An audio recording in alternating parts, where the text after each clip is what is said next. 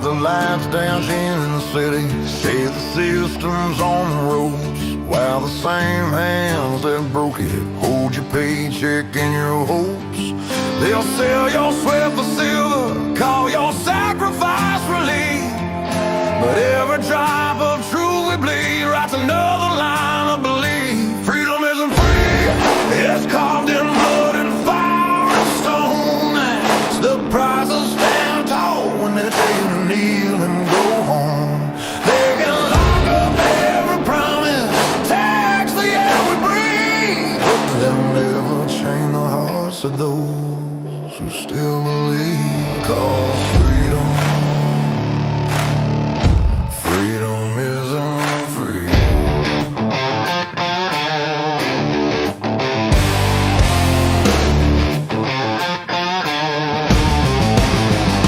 They preach peace from marble towers while they fence off your front yard. They wave a flag made out of rules and call obedience smart. They'll brand your voice as danger, they'll mock your faith as greed, but freedom don't need permission, it just needs men who'll bleed. Freedom isn't free, it's carved in blood and fire and stone. It's the price of standing tall when they tell you kneel and go home. They can lock up every promise, tax the air we breathe, but they'll never change the hearts of those who still believe. 'Cause freedom isn't free. Freedom isn't free, it's written in red on history's page, a warning to the tyrants and the cowards of the age. They can bury us in silence, but the truth still screams. Freedom isn't free.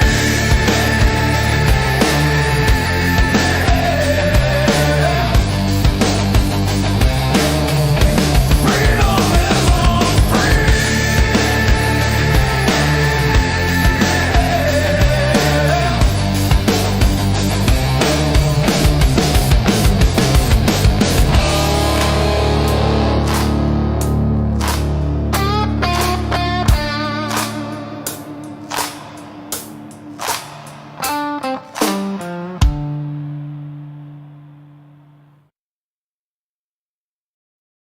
Hello, friends. Do you have a moment so that we may discuss our Lord and Savior Minarchy? No, seriously, I'm just kidding. Hi, my name's Rick Robinson. I am the general manager of KLRNradio.com. We are probably the largest independent podcast network that you've never heard of. We have a little bit of everything, and by that, what I mean to tell you is we have news, pop culture, special events, conspiratainment, true crime, mental health shows, drama productions, and pretty much everything in between. So if you're looking for a new podcast home to grab a little bit of everything that you love all in one place, come check us out. You can find us on X under @KLRNradio. You can find us on our Rumble and our YouTube channels under the same names. You can also find us at KLRNradio.com and pretty much every podcast catcher known to man. So again, feel free to come check us out anytime you like at KLR. Come gather round the footlights, lads, and hear the old boards groan. A tale of ink and iron will, of voices overblown. From mics and scripts to painted sails, we've traded shore for sea. The players will man the rigging soon.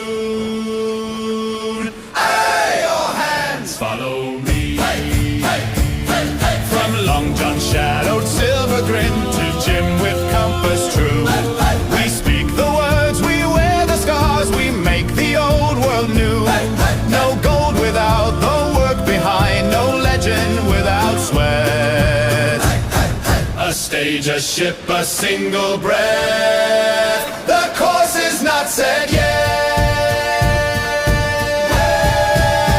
We players sail, we players sail, we players sail soon. All hands to KLRN Radio, setting sail for Treasure Island, March 2026!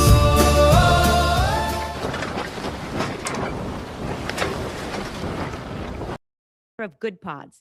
If you haven't heard of it yet, Good Pods is like Goodreads or Instagram, but for podcasts. It's new, it's social, it's different, and it's growing really fast. There are more than 2 million podcasts, and we know that it is impossible to figure out what to listen to. On Good Pods, you follow your friends and podcasters to see what they like. That is the #1 way to discover new shows and episodes. You can find Good Pods on the web or download the app. Happy listening. KLRN Radio has advertising rates available. We have rates to fit almost any budget. Contact us at advertising@klrnradio.com.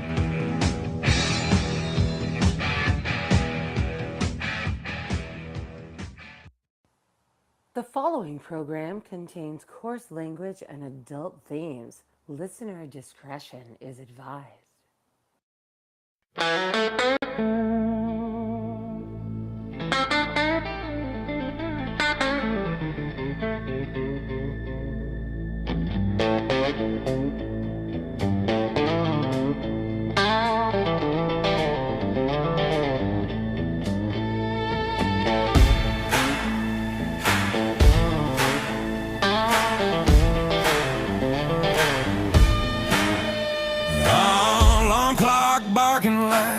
Got a vendetta.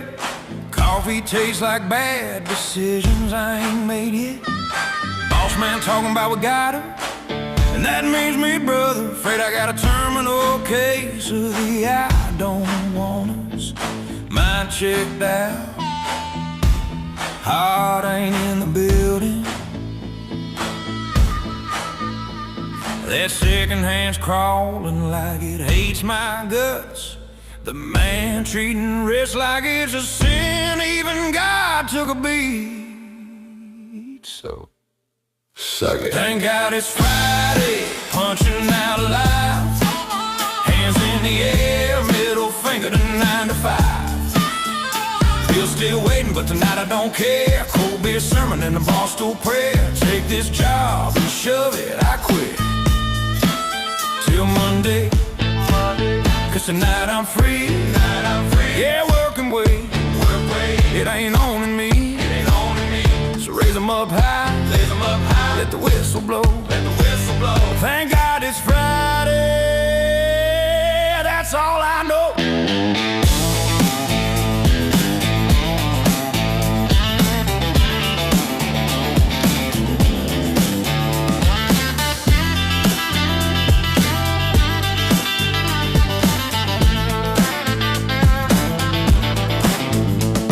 HR in the break room sounding like a preacher, talking about culture smiles and being team players. Clipboard dreams on the fluorescent light, selling hours of my life just to make it to Friday night. Got dirt on my jeans, grease on my hands, clock more over than quality plans. But when that bell rings, it's a holy sound. Feel like chains hit the floor when it echoes around. I ain't lazy, I just work my fill. If rest is a sin, guess I always will. Thank God it's Friday, punching out live. Hands in the air, middle finger to 9 to 5. Bill still waiting, but tonight don't care. Cold beer sermon and a bar stool prayer. Take this job and shove it, I quit. Till Monday. Cause tonight I'm free. Yeah, work and wait. It ain't on me. So raise them up high. Let the whistle blow. Thank God it's Friday.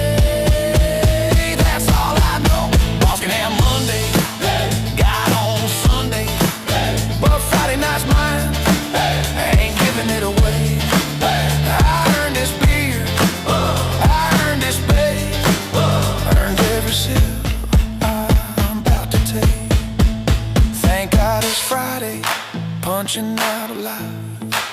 Hands in the air, middle finger to 9 to 5. Bill's still waiting, but tonight I don't care. Cold beer sermon and a bar stool prayer. Take this job and shove it, I quit. Till Monday, cause tonight I'm free. Yeah, work and wait. It ain't on to me. So raise 'em up high. Let the whistle blow. Thank God it's Friday. That's all I know.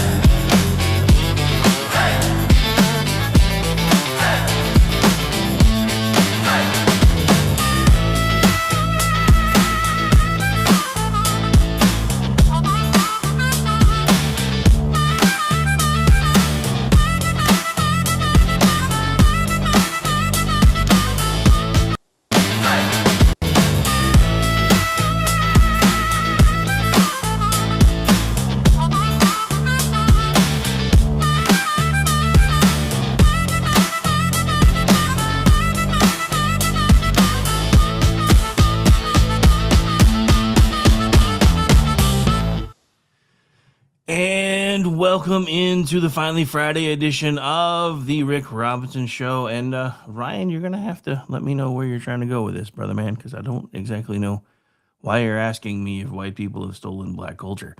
Because here in America, it's kind of the other way around.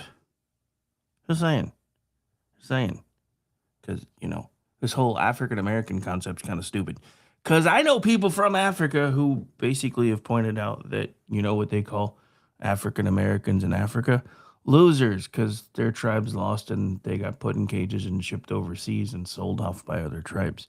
So I don't really know where you're going with it, but feel free to specify a little bit if you want, and I'll see if it's worth responding to or not. So we'll see. But we've got plenty of stuff to talk about today. So we got to talk about this, sadly. Might as well get the bad news out of the way first, because it's going to have to be done. Chuck Norris has passed away at the age of 86. Apparently there was a news announcement that broke sometime yesterday that he was rushed to the hospital in Hawaii. Family let the news break today that he apparently passed away. I have it on good authority that the angel of death, upon meeting Chuck Norris, said, sir, honestly, you died in the year 2000. I've just been too afraid to tell you. So apparently he got an extra 26 years out of the deal because of how terrifying he was as an individual to, although really, not really. I know people who knew him. I keep trying to say know him, but I know people who knew him, and he was apparently a down-to-earth, salt-of-the-earth human being. So, but the funny thing is, he actually started leaning in to the meme that the internet created about him a few times on some interviews that I had seen recently. So I thought that was pretty cool. But yeah, apparently 2026 and 2025 are trying to mess with me, because first you took Hulk Hogan and then you took this guy. And there have been a few others that have come across over the last about year and a half. I was kind of looking at it going, I don't like getting older, because everybody that I like is dying. I don't like it.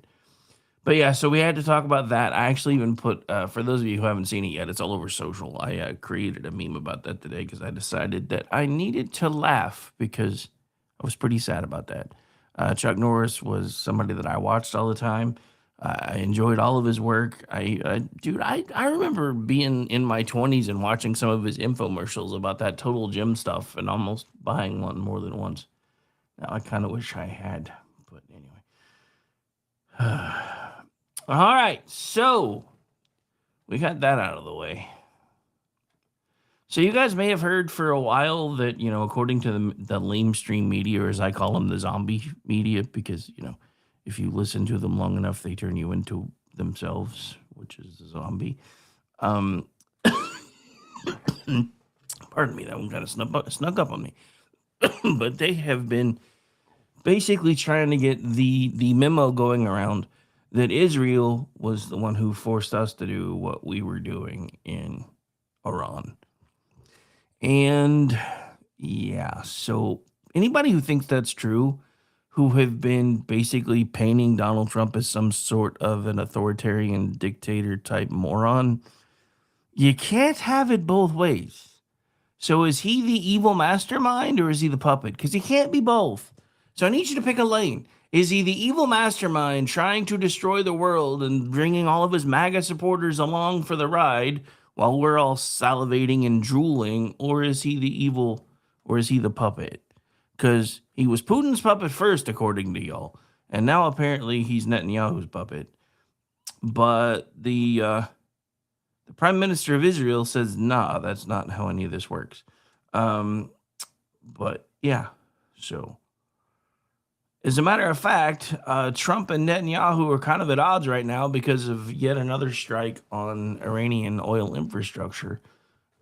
So yeah, that's really not how any of this works. But again, if you guys could just pick a lane and stay in it, that would be awesome. But of course, we're going to be talking about a lot of stuff tonight that all ties back to this. Well, today, sorry. I do multiple shows a week, so sometimes I forget what day and what time it is. So if I say the wrong thing, just assume it's because I know some of you are going to be listening to this later, as opposed to watching it live. So I'm trying to make you guys feel included too. Yeah, that's it. That's the ticket. It wasn't a weird, lack of sleep, trying to do too much work, kind of slip or nothing. But so yeah, the general idea here is, according to the left, Donald Trump is both the evil dictator who is never going to leave office, but is also the puppet of other regimes. And according to Eric Doherty, Israeli Prime Minister Netanyahu basically had a response regarding this whole.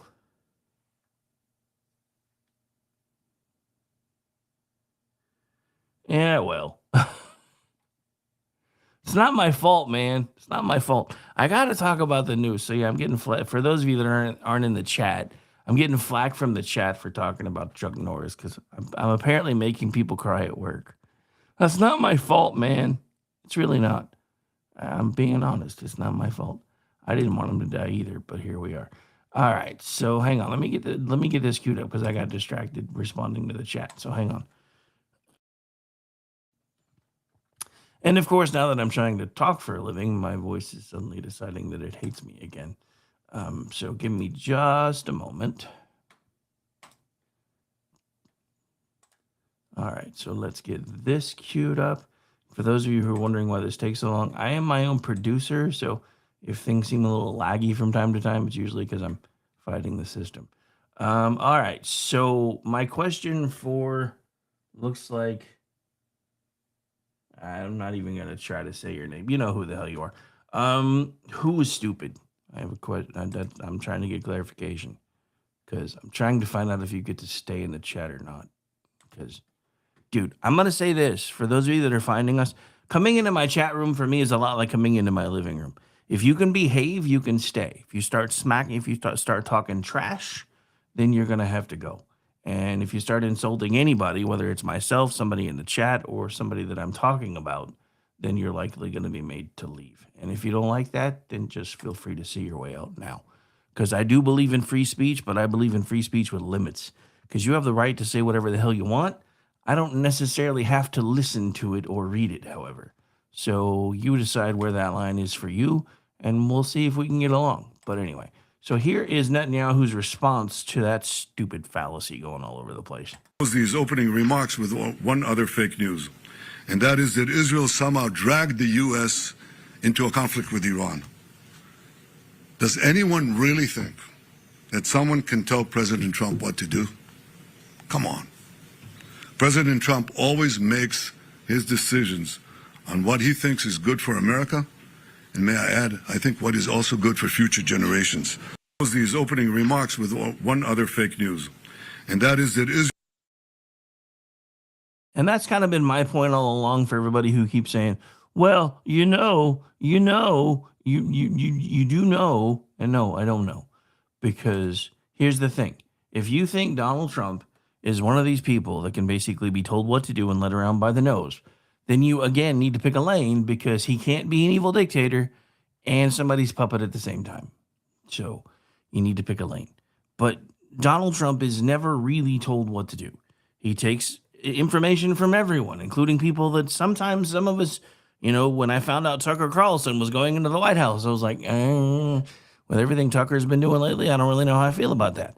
But at the same time, if the president's willing to listen to all sides before he makes a decision, that is a pretty strong way to make an informed decision, even if I disagree with some of the people that he's been talking to.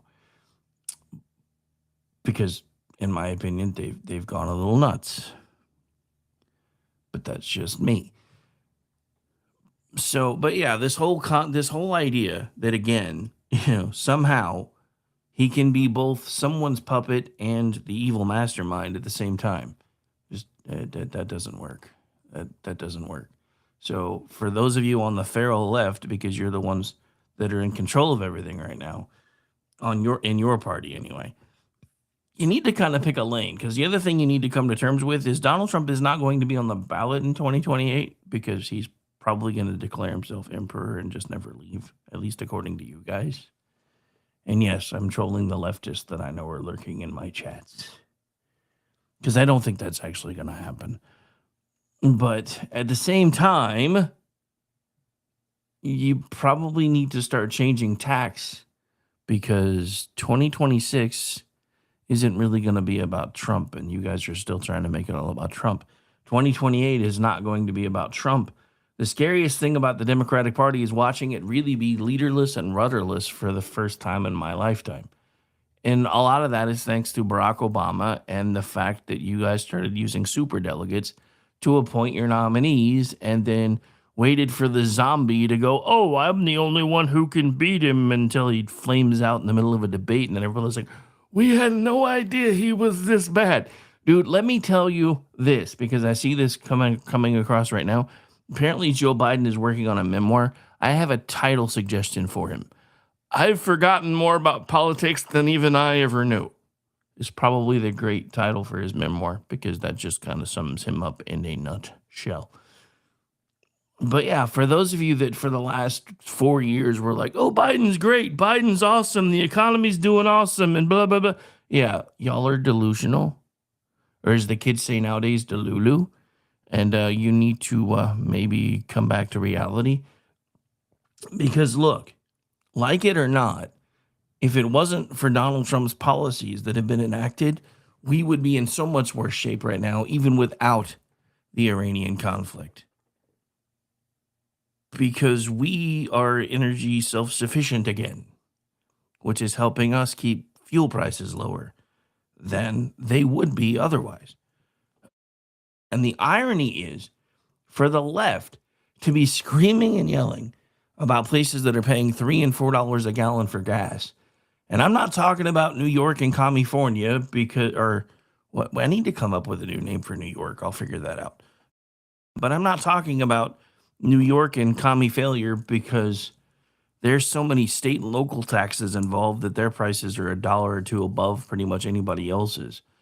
But you guys were the same ones that all during Barack Obama's tenure were telling me that I was going to have to get used to paying $5 and $6 a gallon where I live in Oklahoma, not the national average, where in even red states that have much better energy policies, we were going to have to get used to paying $5 and $6 a gallon for gas or change to electric so that we could save the polar bears and the penguins. You were also the same people that have been telling me ever since I was a kid that first we were going to freeze to death, then we were going to burn up, then we were going to be lucky if we didn't die in nuclear winter, then we were going to be lucky enough if we didn't lose the ozone layer and get blistered to death by acid rain from going outside. Then everything went from, global cooling, global warming. Now they just call it climate change, because that's not a lie. The climate actually does change. But everything you guys tell us about what is expected to be happening with the climate never actually does. You know why? Because we actually do care enough about the climate to try to fix a lot of what we get wrong. And the scariest thing is, both parties could be doing more, and they refuse to. That's the scariest part. You know, we could be making plastic out of things like hemp that biodegrade, so we don't have oceans of trash floating everywhere. We could be making bricks out of hemp that are better for the environment. We could be using hemp to make paper. Again, better for the environment, better crop yields. We would need less trees. So, I mean, there are things that we could literally do to make things better, but nobody wants to. The left is still beholden to technology that's now is actually literally older than I am regarding green energy. Instead of evolving with the times, they want windmills. Windmills are nothing new. They've been around for forever. There's a reason a lot of folks started trying to move away from them when we came up with better ideas on how to power everything. But nobody wants to talk about actual solutions on either side. And that's the other thing that really irritates me, is watching the left and the right fight over the SAVE Act, knowing that it's basically a 70-30 issue, no matter how you look at it. And both sides are still, well, of course, the Democrats don't want it because it's Jim Crow 2.0. But then again, everything the Republicans ever propose is Jim Crow 2.0. And then, to top everything else off, you've got the right, and you've got John Thune, and I played this clip last week, talking about how, we don't even really have the votes to do an actual talking filibuster. You don't have what now? That's not how this works. That's not how any of this works. If you actually did a talking filibuster, a legitimate talking filibuster, what would happen is you don't get tags. You don't get to, nobody gets to, I'm reclaiming part of my time and I'm going to go stand in for them while they go to, no, none of that. No water breaks, no bathroom breaks, no nothing. You defend your position, whatever it is, until you run out of gas. So if nobody can get to the 60 votes, then if you stop talking or you can't stand there anymore, you have to sit down. Guess what? Filibuster's over at that point. Then it just takes a simple up or down vote. That's what we need. Because because Democrats are for this about 70-30, Republicans are for it anywhere between 80 to 85 and to 20 to 15 or 20, depending on where you look as far as the numbers. So we need to legitimately see on both sides who is actively trying to subvert the will of the people, so that each party can act accordingly and do something about it, should they choose to do so.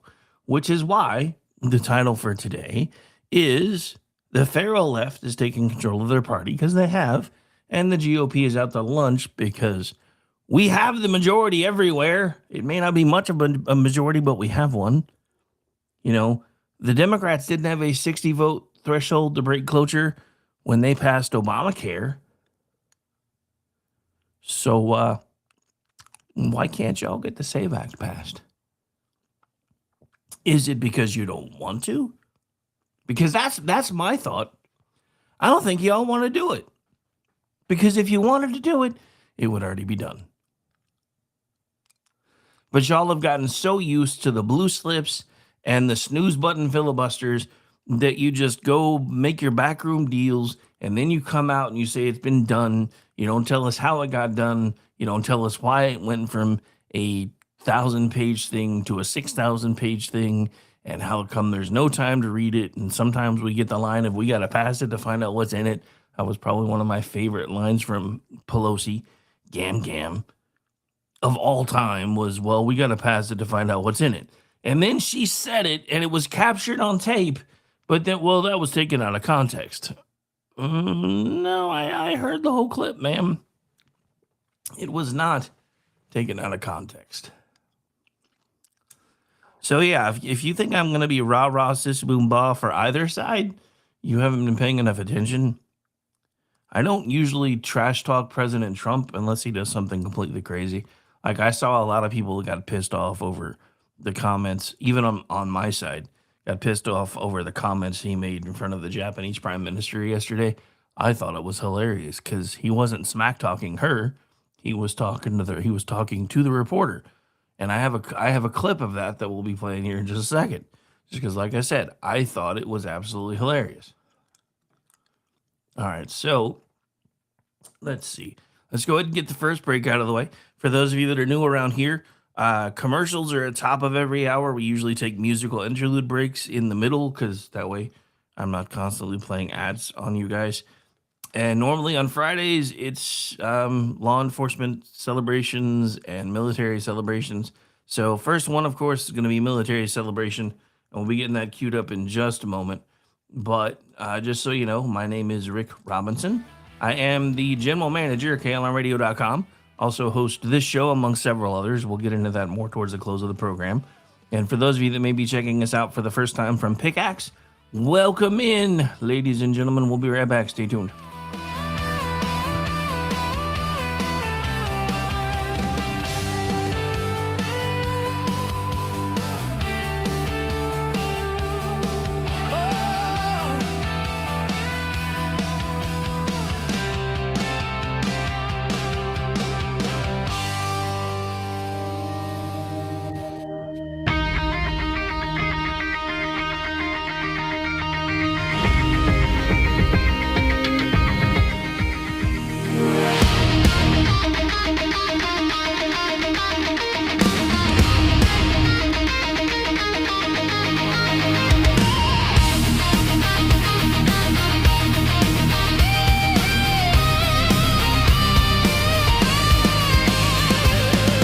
When the call comes in, somebody answers. Day or night, they're already moving. Calm voices, fast hands, doing the work while the rest of the world freezes. From a headset to a truck, from a badge to a door, they don't stop to count the cost. They step in when it matters. It's not about being seen, it's about being there. They're holding the line when the lines go dead, standing their ground when the world goes dark.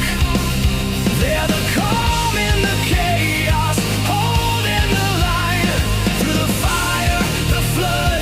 When everything falls, they don't ask why, they just answer the call. Always standing in the gap for us all. Before the sirens fade, before the scene is clear, someone's already making sense of the moment. Keeping people alive, keeping things from getting worse. Some run toward danger, some stay behind and hold it together. Different roles, same weight, same promise to show up.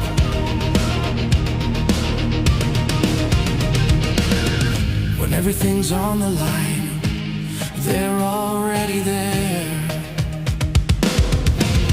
They're holding the line when the lines go dead, standing their ground when the world goes dark. They're the calm in the chaos, holding the line through the fire, the flood. When everything falls, they don't ask why, they just answer the call. Always standing in the gap for us all. This is service, this is sacrifice, this is how lives are saved. No spotlight, no applause, just showing up again and again. They're holding the line when the world goes dark. When everything's breaking, they hold their ground. They're the calm in the chaos, holding the line. So we raise our voices for the ones who stand. Every voice, every badge, every helping hand.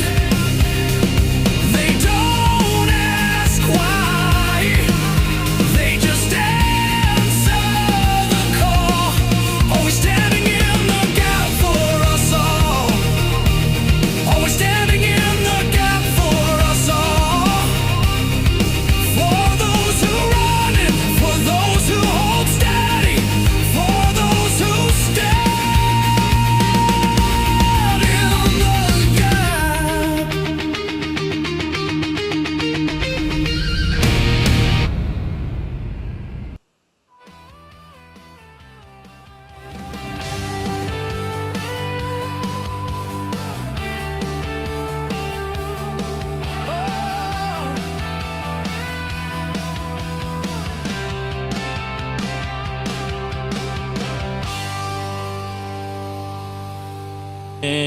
And welcome back into the program, ladies and gentlemen. Again, my name is Rick Robinson. We are live. It is Friday. For those of you working for the weekend, you are nearly there.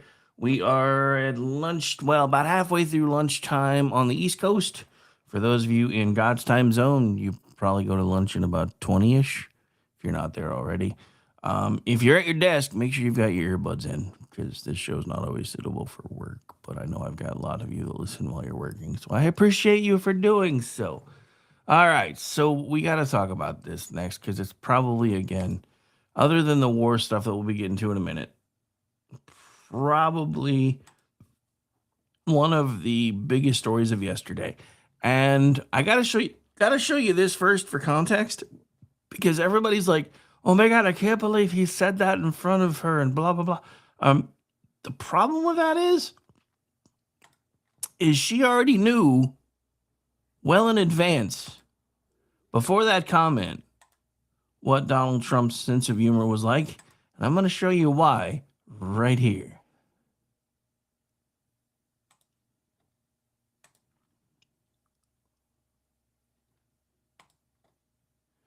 All right, so this is the first one. Well, thank you very much, everybody. It's great to have you, and we have a very special person, just won a tremendous election in a record-setting fashion, so we have something in common. We have a very fine relationship, and we're going to be talking about trade and many other things. We've become friends, and I'm very proud of the job you've done. It's not easy. Thank you for inviting me to the White House today. All right, so I'm going to pause right there because I want you to see what she's pointing at. Look at what she's pointing at while she's laughing her ass off. So this is the portrait wall that Donald Trump removed President Biden's actual photo and instead put up the auto pin. So she's laughing her ass off at the auto pin picture. So you explain to me how it is that so many of us, even on my side, have become such stuffed shirts that you can watch this woman who, I mean, you look, I know you can't see it very well because she's turned, her profile's not really there, but you can look, she's pointing and she's obviously laughing. He's laughing his ass off, which again tells me the entire world knew how cooked Joe Biden was. But our media and the leftist loons in our media and in our political circles, etc., did everything they could to gaslight us and tell us how great he was. And they're still doing it. I saw a billboard the other day that somebody paid for somewhere, and God bless you for having the money to do it, I guess, if you're going to be that damn retarded. But they put up a billboard that said, they called him Sleepy Joe because we could sleep at night. Okay. But that's not how this works. That's not how any of this works. But sure.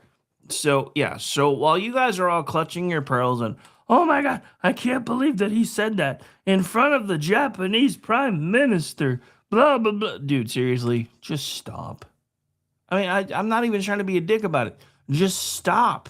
Because here's the thing. You can see it over and over and over again. But so the same people that were freaking out because he made a joke to a Japanese reporter who said, why didn't you tell us that you were going to bomb Iran before you bombed Iran? I don't know. Why didn't you tell us about Pearl Harbor? I mean, I know he said, why didn't you tell me? So, I mean, that part, I was like, I mean, granted, you were, I think, if I did the math, he was probably alive back then, but he would have been a kid. But the thing about it is, for everybody who's clutching pearls, dude, it was a joke. And it was aimed at the reporter who was asking a dumbass question while his prime minister was there, because apparently this person in Japanese media was looking for a gotcha moment and instead is probably going to go home and have to commit seppuku because the American president shamed him on worldwide television. I don't know. Do they still do that in Japan? I mean, I know that's an older custom, so maybe they don't do that anymore, but I'm sure they probably have some sort of a modern equivalent. Anyway. All right. So, but yeah, of course, we had to talk about that. And I think I actually do, if I remember right, have the actual footage from the thing that everybody's freaking out about, or was yesterday. I mean, I can't say everybody because a lot of folks were like, yeah, that was probably one of the best responses I've ever heard and was pretty appropriate. I'm not going to say it was the best one I ever heard,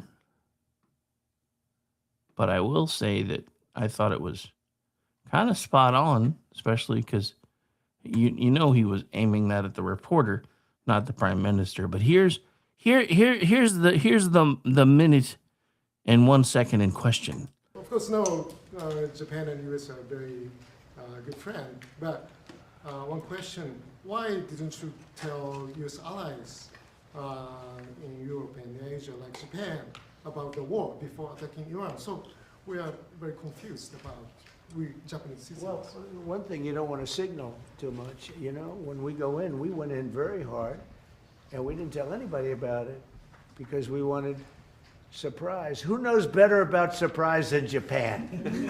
Okay? Why didn't you tell me about Pearl Harbor? Okay?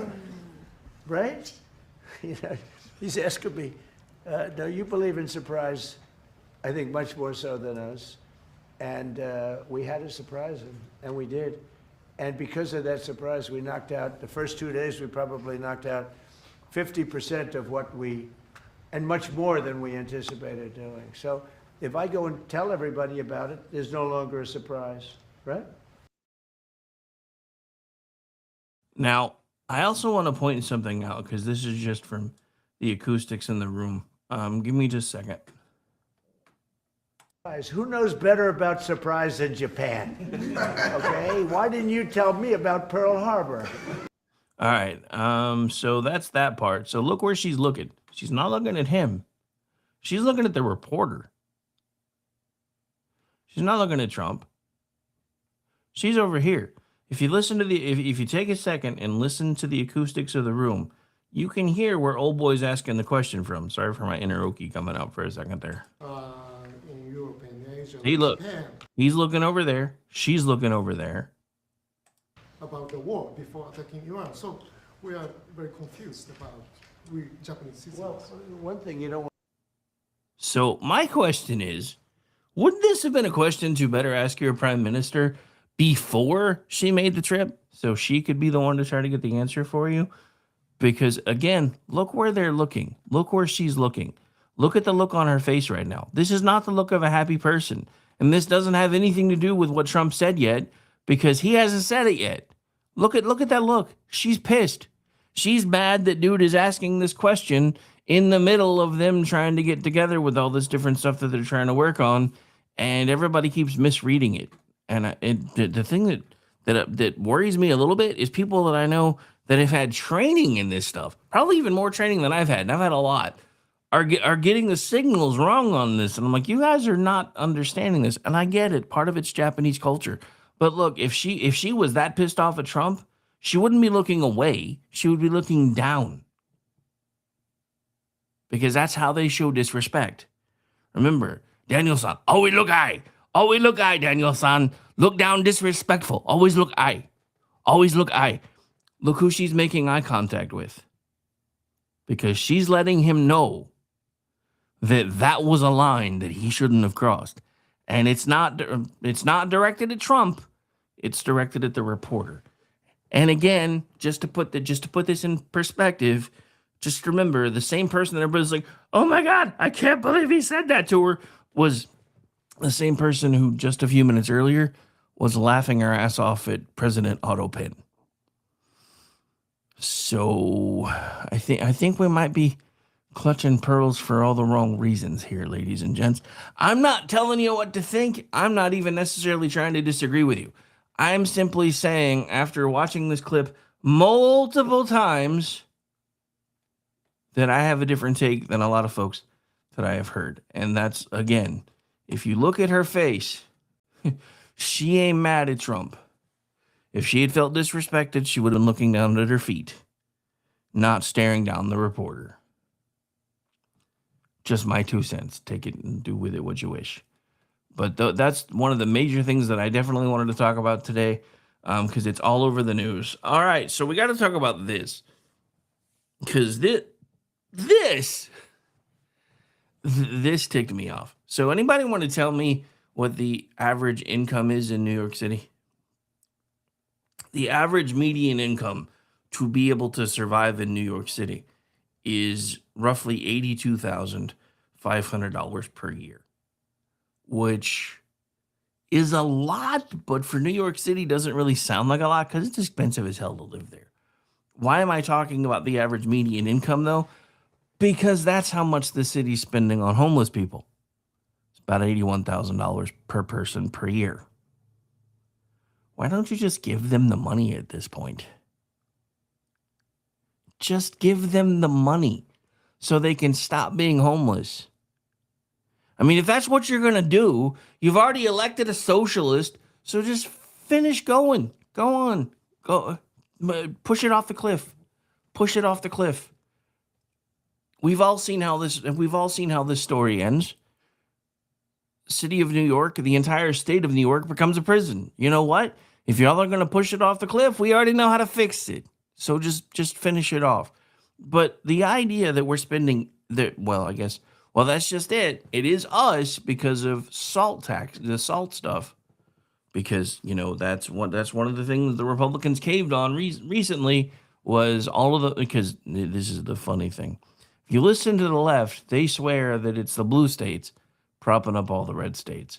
But if you actually look at all the salt stuff that the blue states get back, it's actually us propping them up at the federal level because they get some of our money back to help offset some of those state and local taxes that they can't really afford, which is why they don't have sticker shock.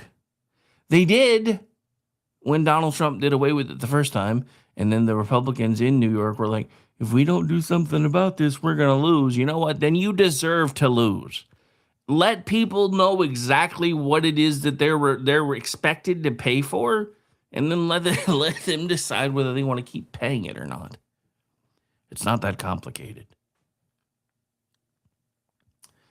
But yeah, so $81,000 a year per person. And guess where about 60 to 70% of that money goes?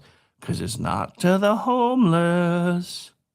I've said this before, ladies and gentlemen.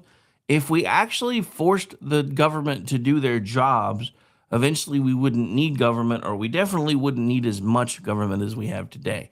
Because right now it is so overblown and so overbloated that there is no way for us to know exactly how much money they're stealing from us on the daily. But what is really scary about all of this, when you think about it, $81,000 annually per person to solve homelessness that is never solved, because if they solved it, then they wouldn't be able to collect $81,000 per person and then use most of that for administrative costs and emails so they can fundraise some more and salaries and everything else. Because, like it or not, that's where we are. And this is what is starting to be proven everywhere. We've got fraud rampant in California. We've got fraud rampant in Minnesota. I guarantee you, if somebody decided to crack the books open regarding the $81,000 per person annually that New York City is spending on the homeless, they would probably find rampant fraud there too.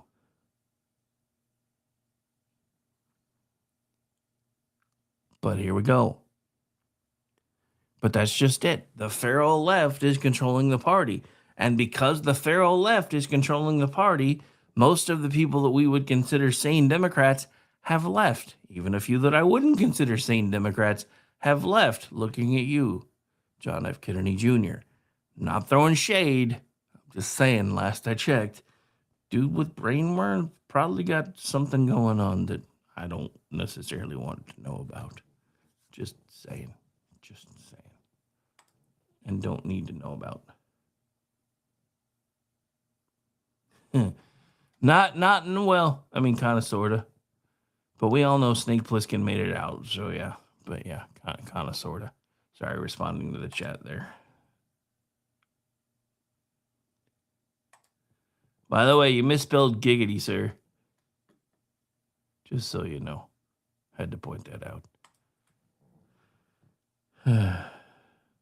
So, everybody kind of thought that Elisa Slotkin was kind of getting on board with, reinstating Department of Homeland Security, which I would be, to be completely honest, I'm kind of okay with defunding all of it and sending purviews back to the individual agencies because, again, I don't think Department of Homeland Security has done half the things that it was slated to do, and I don't think that it has done the things that it was supposed to do very well for the few that it has. But here, for the few that it has at least attempted to do. But so here is from Amy Curtis over at Town Hall. Remember just, what was it, a week or so ago? She was like, yeah, maybe it's time to do this again. But, 4 terror attacks later on American soil within the last month, it seems like Democrats have no interest in protecting Americans from the Islamist terrorists they allowed to enter the country, both during and before the Biden administration.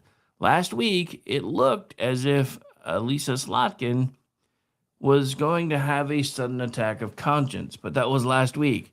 So after the Hezbollah,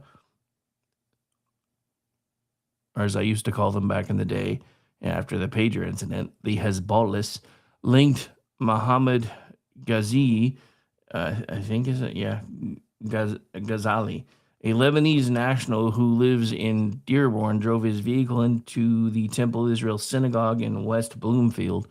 That vehicle was laden with fireworks and flammable liquid and caught fire. The new Durka was confronted by armed security too and ended up taking his own life without harming a single Jewish child. But during a press conference, Slotkin, who voted to keep the Department of Homeland Security shut down while the terrorist attack was unfolding in her state, told the media a ton of DHS folks and CBP, so they are on the call and they are doing their jobs. Certainly, we need to fund the Department of Homeland Security, and we need, in my view, to cut away all the conversation on ICE, which is its own conversation from the core missions of the Department of Homeland Security. But, as often happens, something changed within the last week because Slotkin, yet again, blocked a bill to fund DHS now for 2 weeks. So workers could get back to work and actually get a paycheck.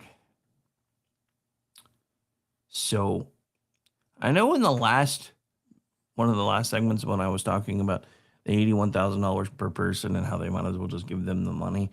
Yeah, that's not going to work either because eventually the money's going to run out regardless.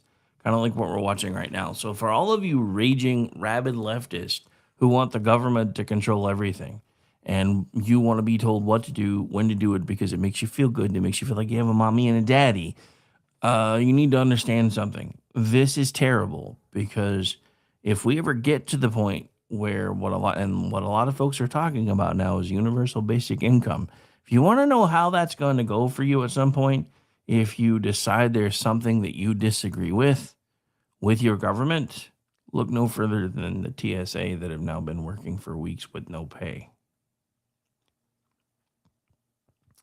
Because you're trying to give the government way too much control of your life because you think it's going to give you security and safety, when in reality, it's just eventually going to make sure that you starve. Because your government doesn't care about you. You can pretend it does. You can try to say that it does. All of the above. But the truth about it is your government actually doesn't give a damn about you at all. And the sooner you come to terms with that, regardless of the letter behind their names, you can finally start to understand that these people are supposed to be working for us, not the other way around. And the only person that I have seen that is honestly trying to do that within the last decade or so, other than Ronald Reagan, was actually President Trump, which is why everyone who hates what he's trying to do is doing everything they can to subvert him, undercut him. I mean, we talked about this just the other day with his with one of his advisors. I can't remember the dude's name or his position at the moment because I don't have it in my notes, who just a couple weeks ago, well, actually, I'm sorry, I think it was 2024-ish, 2025-ish, was talking about what a direct and present threat Iran was. until Trump tried to do something about it in 2026. And then he's like, I can't do this.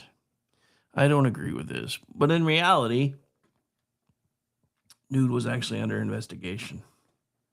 But this is exactly what I'm talking about. There is a shadow war underway against President Trump, and it's been that way in both his first term and now his second term. So so we need to talk about this for a minute.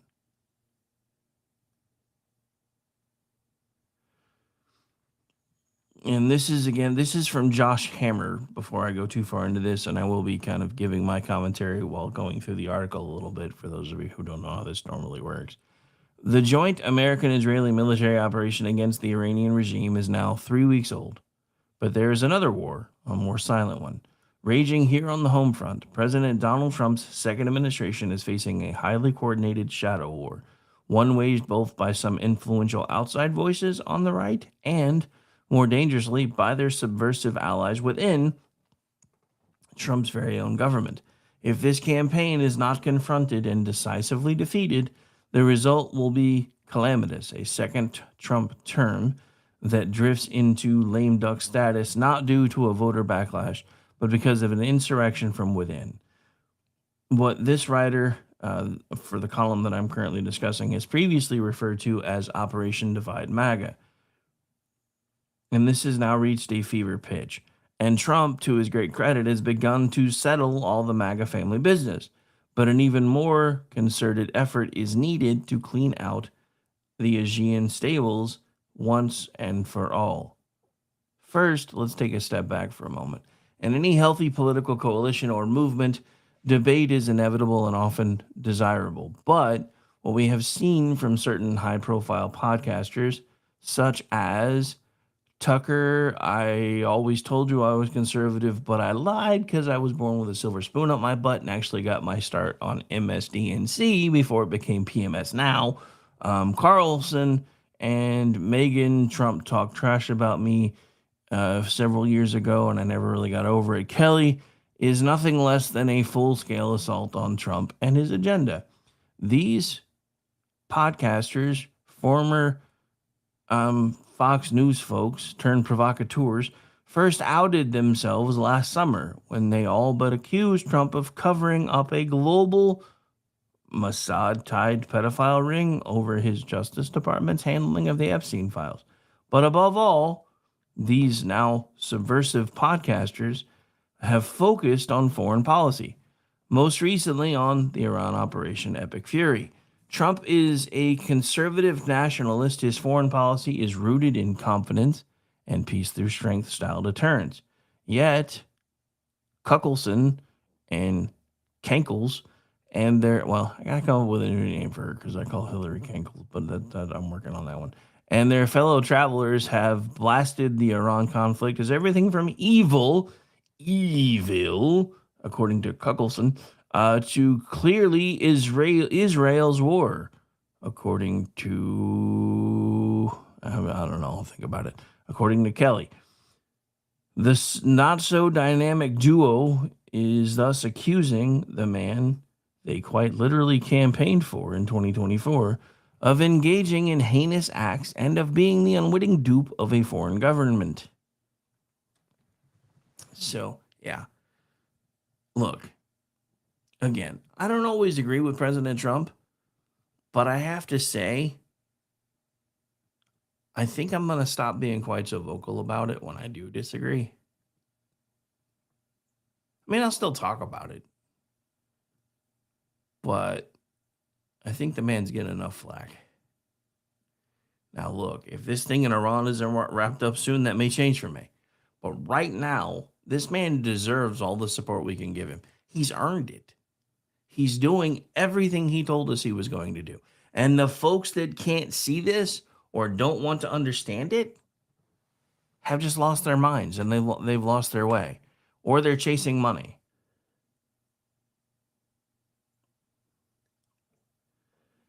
Not yet, but that's actually coming up in the next hour, Denny, so good looking out.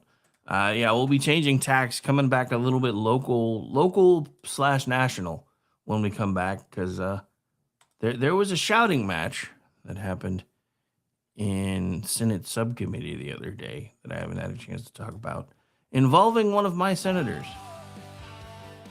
And one that I have come to not like very much. And I don't mean my senator, I mean the other one. But we'll be talking about that, the Rand Paul, Mark Wayne Mullin shouting match. On the other side, hour 1 is in the books. Hour 2 coming at you on the other side. Stay tuned.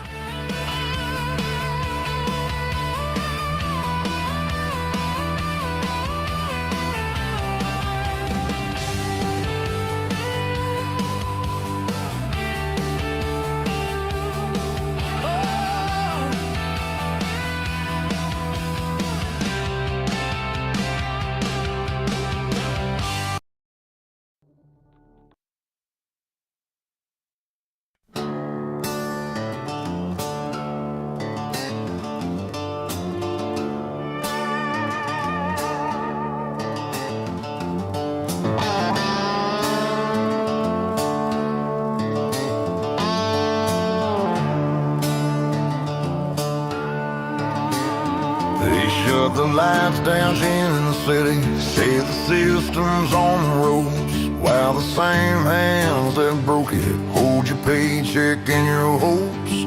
They'll sell your sweat for silver, call your sacrifice relief, but every drop of truth we bleed writes another line of belief. Freedom isn't free, it's carved in blood and fire and stone. It's the price of stand tall when they tell you to kneel and go home. They can lock up every promise, tax the air we breathe, but they'll never change the hearts of those who still believe. 'Cause freedom isn't free.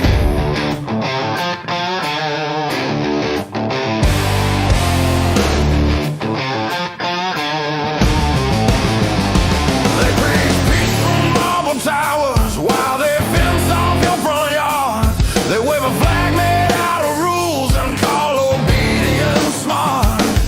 They'll brand your voice as danger, they'll mock your faith as greed.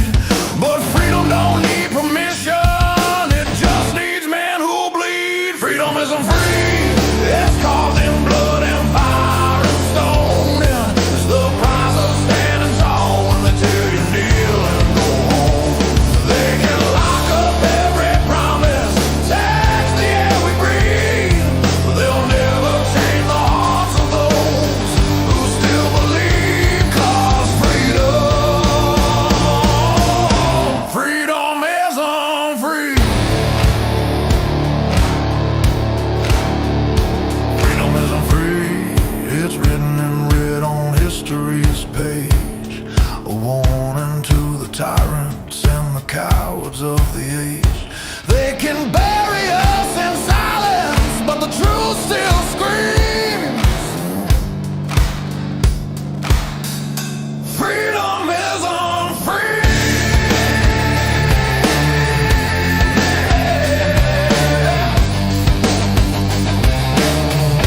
Freedom isn't free.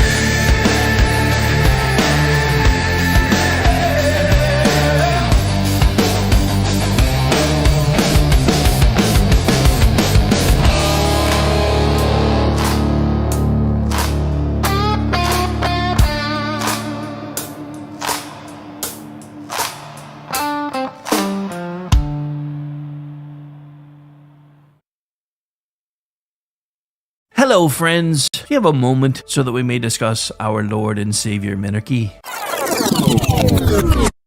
No, seriously, I'm just kidding. Hi, my name's Rick Robinson. I am the general manager of KLRNradio.com. We are probably the largest independent podcast network that you've never heard of. We have a little bit of everything, and by that, what I mean to tell you is we have news, pop culture, special events, conspiratainment, true crime, mental health shows, drama productions, and pretty much everything in between. So if you're looking for a new podcast home to grab a little bit of everything that you love all in one place, come check us out. You can find us on X under @KLRNradio. You can find us on our Rumble and our YouTube channels under the same names. You can also find us at KLRNradio.com and pretty much every podcast catcher known to man. So again, feel free to come check us out anytime you like at KLRN Radio. Come gather round the footlights, lads, and hear the old boards groan. A tale of ink and iron will, of voices overblown. From mics and scripts to painted sails, we've traded shore for sea. The players will man the rigging soon. Aye, your hands, follow me. From Long John shadowed silver grin to Jim with compass true. We speak the words, we wear the scars, we make the old world new. No gold without the work behind, no legend without sweat. A stage, a ship, a single breath. The course is not set yet. We players sail, we players sail, we players sail soon. All hands to KLRN Radio, setting sail for Treasure Island, March 2026.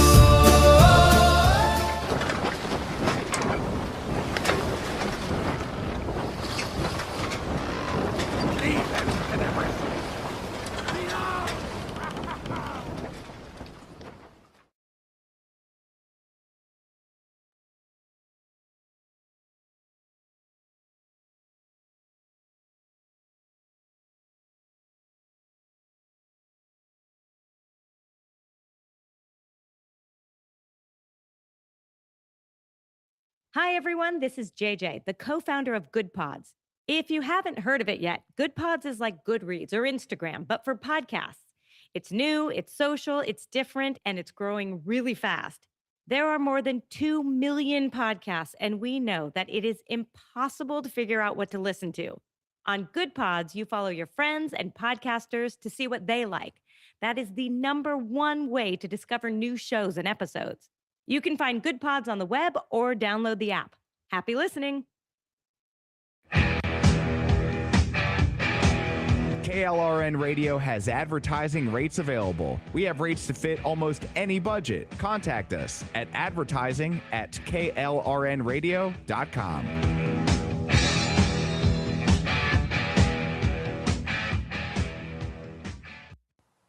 The following program contains coarse language and adult themes. Listener discretion is advised.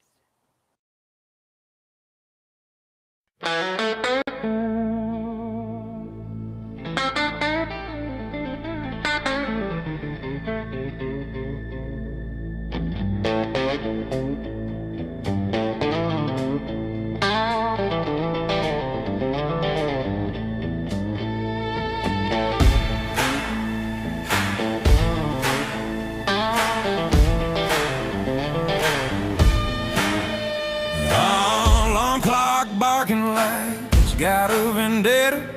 Coffee tastes like bad decisions I ain't made yet.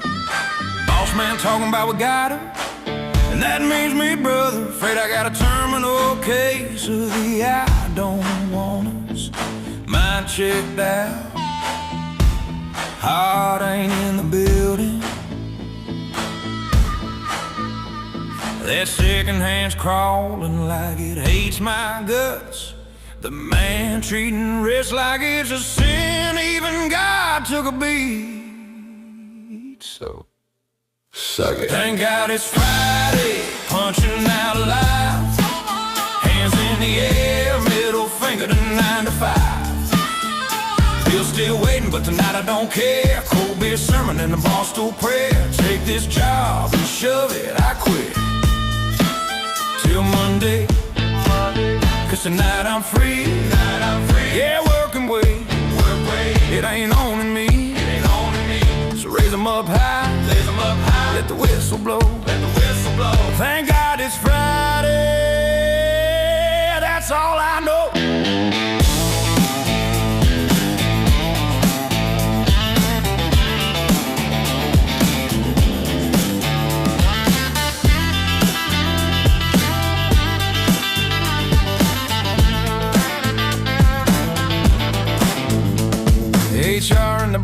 sounding like a preacher, talking about culture smiles and being team players.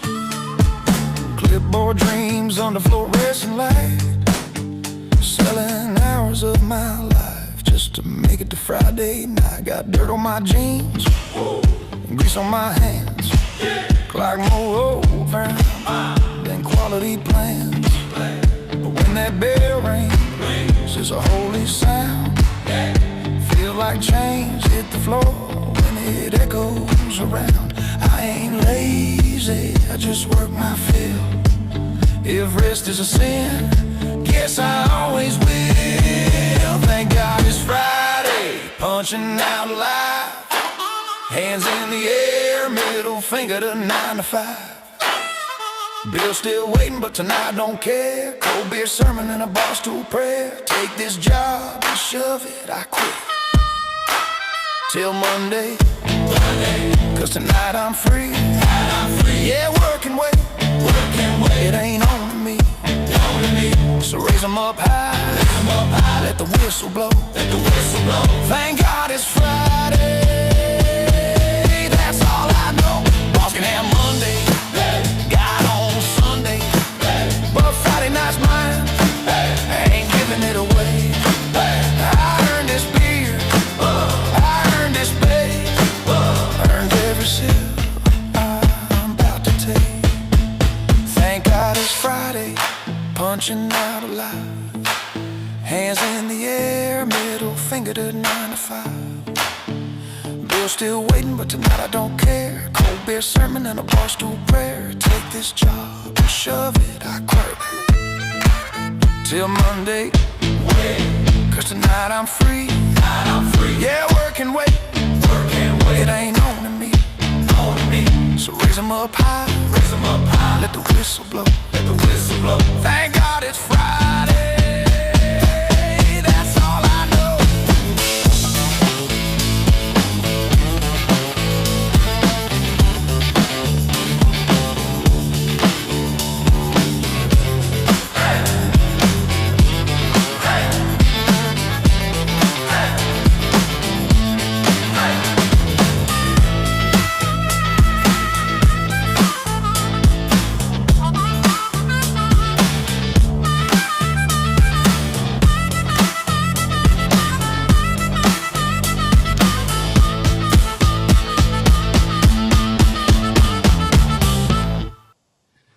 And welcome into hour 2 of the Finally Friday edition of the Rick Robinson Show, live right here on KLRradio.com. Don't forget, when this one is over, there'll be an hour break while I grab some lunch, and then we'll be back for the weekend news roundup with some of the usual suspects. Hopefully you guys will come back for that one as well. But again, it is Friday, and there's plenty of things to talk about. All right, so something I hadn't had a chance to talk about because I was going to talk about it earlier in the week, but wasn't able to do a show. Yeah, the weather around here has been nuts, so it kept messing with my mojo, man. So we're doing makeup work now because I have to. But here's a bit of this, and again, this one touches home because Markwayne Mullin is one of my senators, and is actually the one that I kind of like compared to who's left. I'm not gonna lie, he was not my favorite when he was in Congress. It seems like he found his footing a little bit more once he became a senator. And I also like the fact that, of course, the left is lambasting him because he shouldn't even be qualified for this job because he doesn't have a bachelor's degree. Dude, as somebody else who never took the time to actually officially get my bachelor's degree, even though I probably have almost enough credits to get one, I don't care about that. Actually, one of the things that I love seeing, especially lately, is this new ad campaign that's running, and it's from the Ad Council, so I may actually start seeing if I can find one and start running it here as a donated spot. Talking about basically tearing through the paper ceiling. Because as somebody who used to work for a university, there were tons of jobs that I had enough practical experience to be able to do, but because I didn't have my bachelor's degree, I was always put second to somebody who did. Even though I worked circles around most of those folks when I worked there. But that's why I don't work there anymore and started doing my own stuff full time. But anyway, so yeah, this, I'm gonna be honest. I don't know if you guys have ever heard of the baby care product butt paste or not. Kind of seems like Rand Paul might have needed some of that before this exchange. Do you think fighting as a resolution for political differences is a good example for the men and women of ICE and Border Patrol? As you can notice over my shoulder here is my good friend Sean O'Brien. Both of us have had conversations, both of us have shaken hands, and both of us agreed we could have done things different. Sean is someone that has become a close friend. We talk all the time. I've been on his podcast. We've talked through this. That's how you handle your differences. Not like this, Chairman. I'm glad you guys are friends now and that you've reconciled. But really, it doesn't get to the real point whether or not you think violence is the way we settle things. In the days after the fight, you said, and I quote, "Sometimes people just need to be punched in the face." Is that still your opinion, that political disputes can sometimes and often only be resolved by violence? No, I don't always agree with that. I don't believe in political violence. I've made that. But sometimes people do need, theoretically speaking, sir, I get it. It's about character assassination for you. That's the way this game is played. I understand it. And you are making this about you, which is fine, but that doesn't keep me as Secretary of Homeland Security. It's character assassination when you were the one lauding the assault. Who do you think started that character assassination? I'm just repeating what you have done in character assassination. I'm repeating your support for the assault. So that's somehow something I started. Wah, wah, wah. You hurt my feelings and you never said sorry. Dude. All I'm going to say is Koenig needs to return to the Senate. And Rand Paul is probably lucky that one, I wasn't in there, and two, he's wearing glasses. No, sir. What I'm saying is you're adding a lot to it. Yeah. No, sir. What I'm saying is that you're adding a lot to it. Because again, look, dude, and this is the thing. And I feel like our society has gotten away from this because I remember half the people that I'm friends with now, and some of the people that have become lifelong friends, we started out hating each other, absolutely hating one another. And the difference between bitches and bros is this: we will duke it out.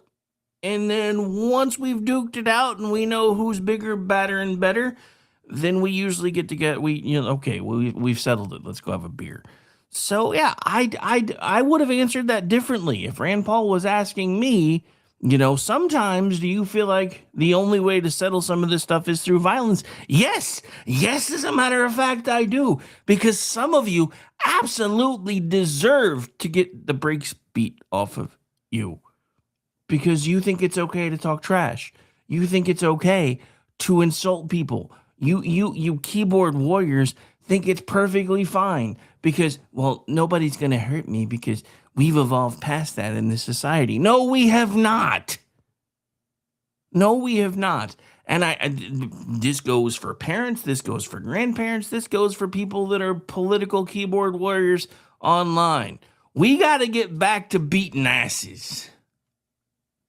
Period. Because we wouldn't have half the crap happening in this country today if parents were still beating asses. And this whiny ass exchange between, especially with Rand Paul, just proves to me that Ron Paul was a bitch as a dad. I'm just going to say it. He obviously was a bitch as a dad because as one guy to another, sorry if you're listening, Dad, but no fucking way would I ever whine to another dude like he was doing there, especially knowing that it was going to be on national TV. This would have been something that would have been handled behind closed doors and might have actually been handled by one of us knocking the other out just to get it over with and get it done. But this This is the shit I don't want to see anymore in Congress. I don't want to see it anymore in the Senate. I don't want to hear the, oh, you said bad, you weren't nice to me, so now I'm going to hate you forever, blah, blah, blah, blah. I mean, this is the same thing with fucking Thomas Massey. I don't know what the hell has happened to Thomas Massey, because there was a time I was pushing really hard to try to get him on my show. And that all changed about a year or so ago, because I just started seeing this change in him, and now he's become just this whinier, smaller version of Rand Paul, and it's annoying as fuck. It really is. It is annoying to have this exchange with Rand Paul. Reminds me exactly of what Thomas Massey did when he ran to whatever newspaper that was and said, well, I told the Speaker of the House that I would vote for his thing if he would give me credit for getting the Epstein files released. The fuck you just say? So you want an attaboy for supposedly doing your job? Hey, we have an owl sighting. How's things? Dude, yeah, him and Massey both, as far as I'm concerned, can just go take a long walk off of a short pier and never come back. And how are things where you're at, Al? I saw you were doing some studio stuff and then went and did some planning stuff. And then we're doing all kinds of things today. So I hope things are going well for you. I know I finally have most of my stuff here put back together after we had 70-mile-an-hour straight line winds. That was fun. That was fun. That was fun. But yeah. All right. So because this one is long and I do have a lot of things to talk about on the other side, day drinking, where's mine, man? Rude. You're supposed to share. You're supposed to share. All right, so anyway, as I was saying before I was rudely interrupted by my friends drinking without me, we're going to go ahead and get the military tribute break out of the way, because this one's a bit long and I still have lots of things to talk about on the other side. So just hang out. Like I said, this one's long, but it's that way on purpose because I want to, again, make sure that I include everyone. And the actual original version was longer. This is the radio edit, so that should tell you something. We'll be right back. Stay tuned.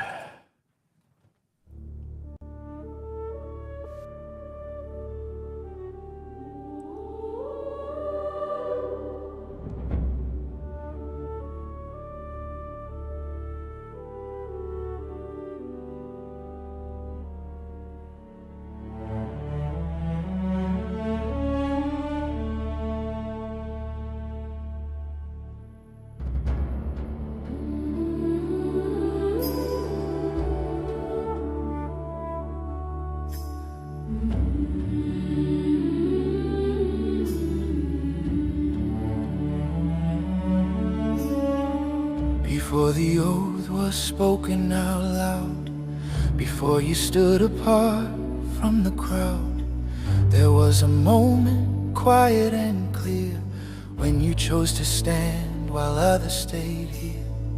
You raised your hand with a steady resolve, knowing some nights don't end when the mission's done. Not for glory, not for the pay, but for something worth more than walking away. Only hold the line. They carried the weight where the roads ran long, through dust and heat when the days went on, holding ground mile after mile, doing the work that rarely drew a smile. They stood their post when relief ran late, shoulders squared under the pull of fate. Not chasing headlines, not asking why, just staying put when others pass by. We stand the watch in different ways, different nights, the same long days. One old spoken carried through, wherever duty calls us to. We stand watch over the deep. Navy. They kept their watch where the water turns black, miles from shore with no quick way back, measuring time by the rise and the fall, answering answering duty's unrelenting call. Through silent hours and endless seas, they stood their post in the cold night breeze, guarding the lanes the world depends on, so others slept and the light stayed on. We stand the watch in different ways, different nights, the same long day. One old spoken carried through, wherever duty calls us to. Simplify Marine, we go where we're sent. We go where we're sent. They moved as one when the moment came, side by side through fire and rain. First to step where the ground was thin, not for the odds but for the ones beside them. Trust was earned in the hard way through, every promise carried by the few. No turning back once the line was crossed. They stood shoulder to shoulder as brothers, never counting the cost. We stand the watch in different ways, different nights, the same long days. One old spoken carried through, wherever duty calls us to. Air Force, the sky is our domain. Air Force, the sky is our domain. They held their focus where seconds seem eternal, soaring between clouds and blue. Every movement measured and true, knowing what one clean moment could do. They watched the whole while guarding the small, every mission tied to a larger call. Calm under pressure, steady and clear, keeping the promise from far overhead. Space Force, we guard the dark without faith. They keep their vigil where silence reigns, beyond the weather, beyond the rain, watching the paths that the world relies on, long before the warning lights come on. No cloud, no banners, no clear view, just constant care in a canvas full of stars. Standing the watch through the endless night, guarding the systems that keep us in light. While the watch is kept and the lines hold fast, there are lives still moving on the other side of that. Empty chairs and quiet phones, long goodbyes that don't feel done. Names we carry but never say, folded flags and debts we pay. Every service, every scar reaches farther than the uniform ever could. Coast Guard, we come when it matters most. They launch into storms when hope feels thin, turning back isn't an option then.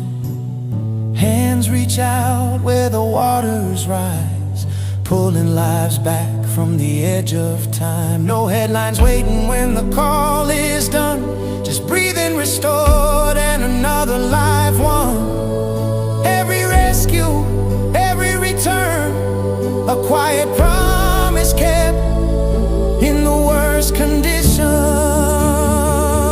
We stand the watch in different ways, different nights, the same long days. One old spoken carried through, wherever duty calls us to. For the ones who raised the right hand high, swore the oath and didn't ask us why. For the nights you stood where freedom cost, we remember, we honor, we won't forget the loss. From the ground to the sea, to the open sky, to the guardians above where the silent stars fly. Every branch, every badge, every battle scar,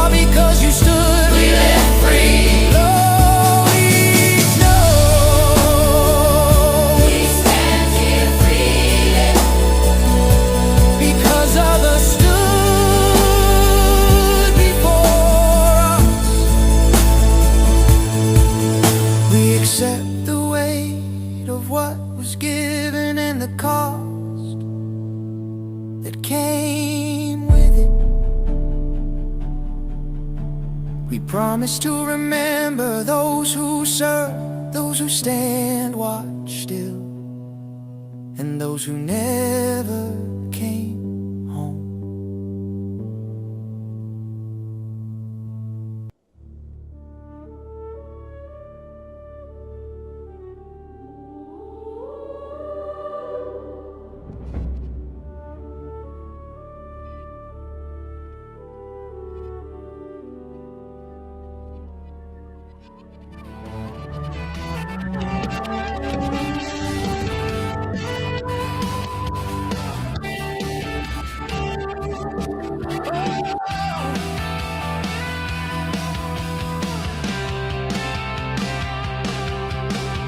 And welcome back in for the Finally Friday edition, final segment of the It's Finally Friday edition of the Rick Robbins Show. Don't forget there'll be about an hour break after we conclude here, and then I'll be back with the Weekend News Roundup crew for about an hour or so, and then I'll be back later tonight for He Said, She Said with the lovely Aggie Regan at 8:30, and I am still awaiting confirmation as to whether or not we can start running a new show, well, new to us anyway. Kind of new to the partner that we run a lot of their stuff with too. Beer and Bullstein is slated to hit our schedule, but I need final confirmation as to whether we can start that tonight or next week. So yeah, lucky enough, usually I'm already here anyway, and it's right around the same time. So I think I'm gonna show for the nights that I don't have to do anything. I'm gonna show the From Porch Forensics group how to snag feeds and do all those things, so then I can just, no matter where I'm at, link in and push everything else, and then they can just go straight into theirs and be done. Anyway, because yeah, we're getting too big for me to do all this by myself while I'm sitting at my desk, or I never get to go anywhere or do anything because I'm always sitting at my desk. He gave me times. I asked, I need an actual email that says when I have authorization to start it, so I've covered all my bases. He gave me times and gave me runtime, but when I said, would you prefer if we started this tonight or next week, he never responded to that one. Sorry, I'm talking to BZ, one of the other group members in my chat currently. So I just need final confirmation as to when he wants us to start. It's just because I don't want him. Well, I didn't give you final permission. Yeah, believe it or not, I've ran into that before. So yeah.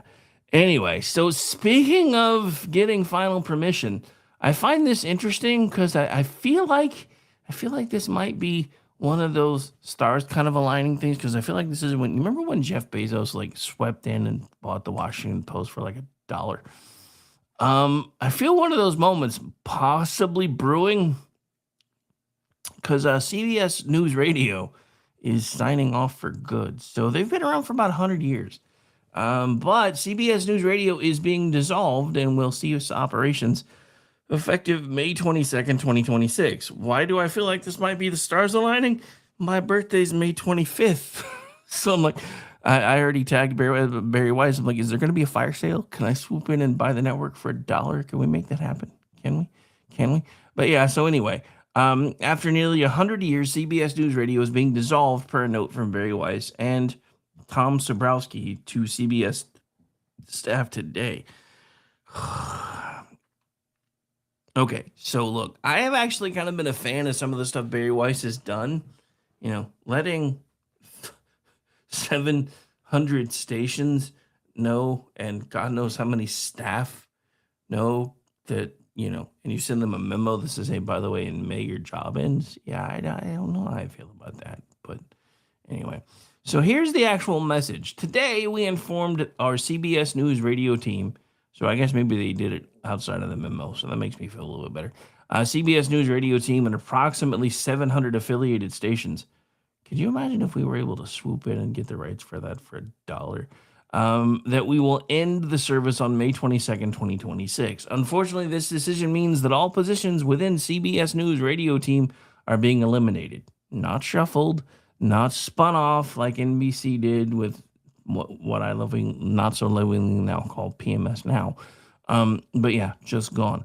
So we understand how difficult this news is for our staff and their colleagues who have worked side by side with us to cover some of the most significant stories of our time and normally botch them, especially lately. Oh, wait, did I say that was supposed to stay in my brain pan? Sorry. While this was a necessary decision, it was not an easy one. A shift in radio station programming strategies, coupled with challenging economic realities, has made it impossible to continue the service. We are sharing this announcement now to fulfill our commitments to our radio partners and affiliates, which require advance notice of the service's conclusion. For nearly 100 years, CBS News Radio has delivered original reporting to the nation. From Edward R. Murrow's World War II reports in London to today's daily White House updates. Our signature broadcast, World News Roundup, remains the longest running newscast in the country's history. CBS News Radio served as the foundation for everything we have built since 1927, and yet we are scrapping that foundation. I have some thoughts as to why, but I want to finish this first. The coming weeks will be difficult for the team members who have worked tirelessly at CBS News Radio. We are committed to supporting their valued colleagues as we wind down operations. They have been critical to our success and remain treasured friends and professionals.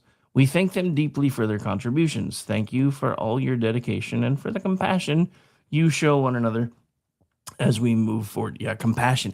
In this industry, are you serious? You're serious. You're actually serious. Dude, there's a reason that folks like me that have done this stuff, even though I kind of did it backwards. I started podcasting first and then broke my way into radio and then started backing my way back out of radio because the animal is different now. And that's part of the problem with CBS News Radio is the profitability is gone. Because you have all of these giant conglomerates gobbling up every station that they can find and then pushing out people that actually give a damn about what they do. And I've seen this happen over and over and over again. As a matter of fact, it's so bad here that they have completely stopped any actual live local talk radio on our biggest supposed station in the market that I'm in. They don't even have live local programming anymore. They have live news breaks that are local, but everything else that they have now where they used to have it, and trust me, the industry's changed a lot. It used to be mornings, lunchtimes, and afternoons would be when you got local programming. Then it went to mornings and afternoons. Then it went just to afternoons, and now they don't have any because the industry is changing and the industry is not cost effective anymore. And the industry, they figured out that they can pre-record bits and throw them in instead of actually paying people to be sitting in a studio like I'm sitting in right now. I mean, when I started doing work and actually nearly got hired on full time at 1520, I got a tour and I was absolutely astounded by how many of their supposed radio stations were a closet with a server and a spot with a microphone that somebody could record their stingers and their top of the hour updates, and they would just rotate them in on the computer. And it would just be this thing where it would play music, and then it would come in like the DJ was being live, and then it would do this and it would do that. And I'm like, yeah, the radio is not gonna. But the thing about it is, radio is still a thing. Problem is that now we're transitioning to new types of radio. I still consider what I'm doing right now radio, and I know a lot of folks don't. And trust me, I used to be one of those sticklers about it. It's not audio only, so it shouldn't count. It's not a podcast, but it is. But it is. But the world is changing because now you have, I mean, hell, when I got into this full time, there were about 2.5 million podcasts. Now there's 5 million. So, tells you how saturated the market is. And that is honestly, look, I get it. But folks like Sean Hannity that do live radio and then do the TV show and then put out the podcast for later, and now he's starting another just kind of Bill Maher style podcast on Fox Nation. Dude, why? Why do y'all got to gobble up all the bandwidth? There's so many of us that actually give a damn about what it is that we're doing and actually are trying to claw our way into being at least somewhat noticed without having to put our feeds out everywhere, which is what I've learned how to do. And some days I do really, really well, and some days it's like nobody sees me, but that's because of the algorithm, which is going to give me a chance to talk about something that I want to talk to you about real quick. I want to introduce you to my, well, I would say new friends, but they're not really new friends. They've been friends of mine for a while. I haven't really talked about them much because they didn't have an app before now, but it's Pickaxe. You can find them in your Google Play Store or your Apple Store. Do they even call it the Apple Store anymore? I think it's just called the App Store now. Anyway, but yeah, so anyway, they have apps available in both major platforms, and there are no algorithms. You are the algorithm. You decide who you want to interact with. You decide who you want to follow. They decide if they're going to follow you back, and then you actually get to see their content. One of the things, and this is something that Elon Musk apparently kind of snuck in, is this. Yes, on his platform, you have the right to pretty much say everything that you want to say, unless or until it gets flagged by the algorithm. But here's the thing. Even for the stuff that doesn't get flagged by the algorithm still decides who gets to see what you post. Doesn't matter if they're following you. Doesn't matter if you follow them. Doesn't matter if you interact all the time. As a matter of fact, here's one of the trying to monitor my language a little bit more because I got away from it. But here's one of the crappiest, I guess would be a nice way to put it, things about X. The more you interact with people, you know, your usuals, your mutuals, you know, the ones I call my usual suspects. Yeah, the more you interact with them, the more the algorithm suppresses you. Because they treat it as if you're trying to game the system and boost each other's reach. So they start pushing you down lower and lower and lower below what I call the social media thermal layer. For those of you who don't know what I'm referencing, please go watch something akin to The Hunt for Red October. You can hear Jonesy talking about it. Well, we've got to get below the thermal layer or above the thermal layer so I can hear what's there. So social media is kind of the same way. If you're at a certain point, you're going to be seen by the people that are at the same level as you are.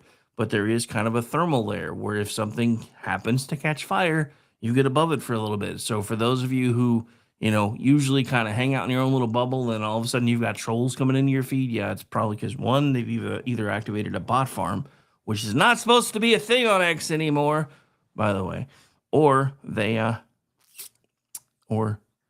you've caught the attention of the algorithm for a little bit. Question is, how long can you hold it? Because the algorithm is very picky. It's one of the things that I like about Pickaxe. Now, granted, I haven't been over there that much, so I have a whopping 51 followers right now. But I got 2 people out of the 51 that are following me wanting to start checking out our stuff. That's a better conversion rate than I get on X half the time, and I have 12,000 followers over there. None of which were bought and paid for before anybody says anything. Now, the other thing that I want to talk about with this is not only are they dissolving CBS News Radio, but they're laying off an additional 6% of their staff. As somebody who works in this industry, I don't like hearing that. But I also understand it. Because nobody's paying attention to zombie media anymore. I mean, look at CNN.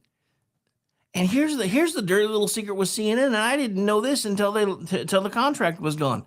One of the things that was propping up CNN's numbers for the last probably 10, 15 years was their contracts with airports. But here's the thing. I thought the airports were paying them to have their news on their TVs, in their lounges, and in their boarding areas. And guess what? No. CNN was paying the airports to boost their ratings. Now, for those of you who don't know why this pisses me off, there are services that could technically be used to supposedly make us grow, shall we say. But because it violates terms of service, except for some reason you can actually do it on X itself and say, hey, I want to promote this post, and then it gets put in front of more eyeballs. But if you do it with third party, that's bad. That's bad. And that can get your entire account banned. CNN was doing that with airport monies. They were fluffing their numbers. Fluffing their numbers. And you'll notice now that, I mean, there are times when CNN has worse ratings than Scooby-Doo reruns. Same with PMS now. Same with PMS now. All right, so we got to talk about this, and then we'll start rounding things down. I've got a couple of quick hits on the way out, but I got to talk about this because I haven't talked about it much lately. All right, so at last counts, we know that within the last couple of months, there have been in Iran anywhere between, depending on the numbers that you want to believe, 35,000 to 60,000 people that have been murdered by the regime, including a 19-year-old wrestler who was just hung either yesterday or today. So to all my leftist friends who apparently love Islam, where's your genocide cry? Does it not count as genocide because it's Muslim on Muslim violence, even though they're two completely different sects of Muslim? Does that mean you only consider one of them legitimate? Is that what's going on? Because I want to know where the outcries are. Because if this was anywhere else, especially with a 19-year-old being publicly hanged, y'all would be having a meltdown all over the place. Where's it at? Why don't you care? The same people that were fine with paying anywhere, because under Joe Biden, if you think gas prices are bad now, imagine what would have happened under Joe Biden if we had gone all in on Ukraine. We would have probably been paying anywhere between $9 to $10 a gallon in California, which would have put it to somewhere between $7 to $9 a gallon here.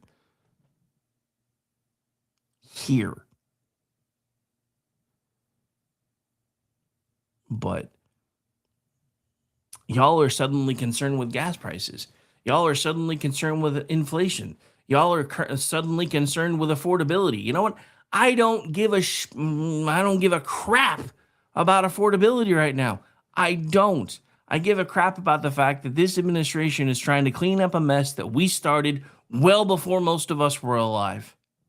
This is our fault. What happened in Iran is our fault.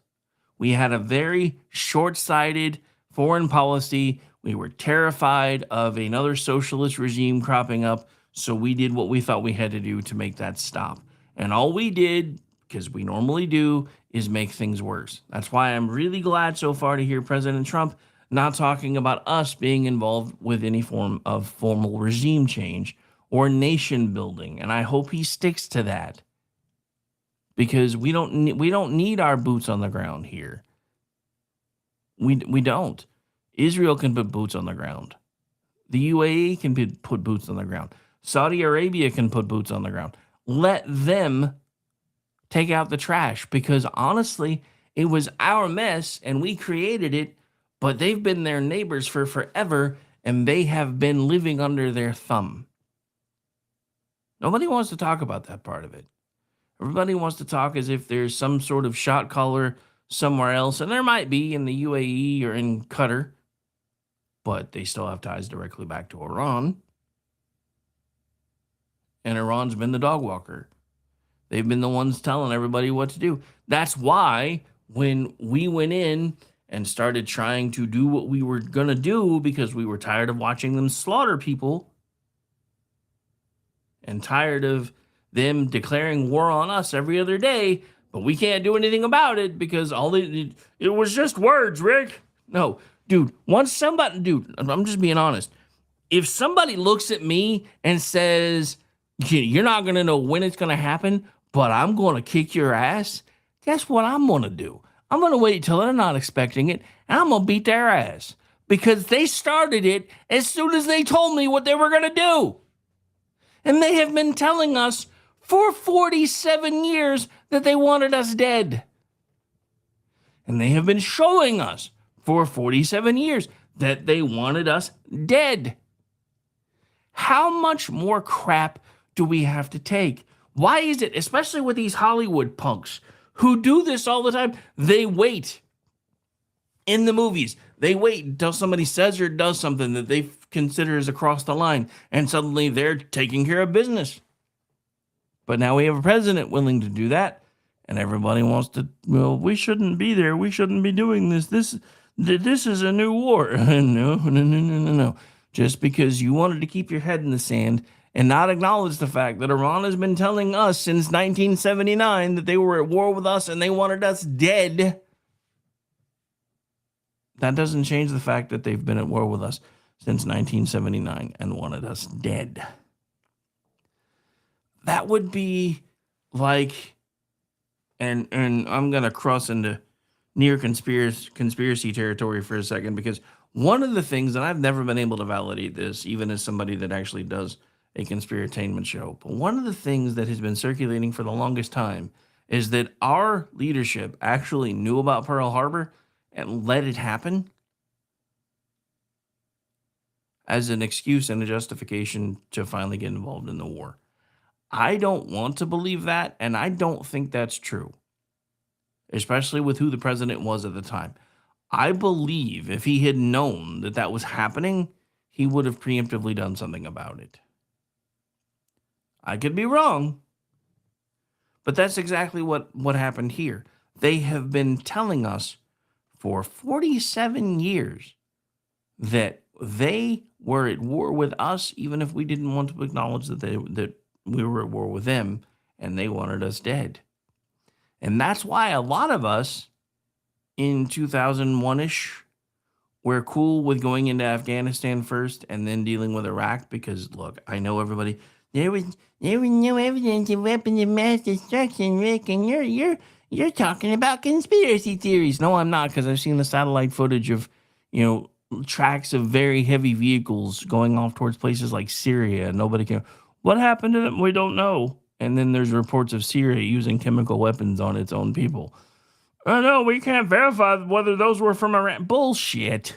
Look, I am not a weapons expert, not in that fashion, but I do know that they have fingerprints, and you can kind of tell where they were created from and what they were, where they were created at and what they were created from.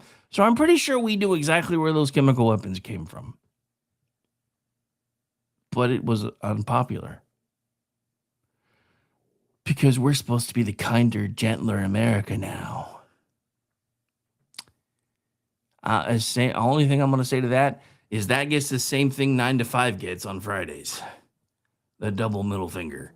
Because kinder, gentler America got our asses handed to us over and over and over again. Because we didn't have the stomach for what we needed to do.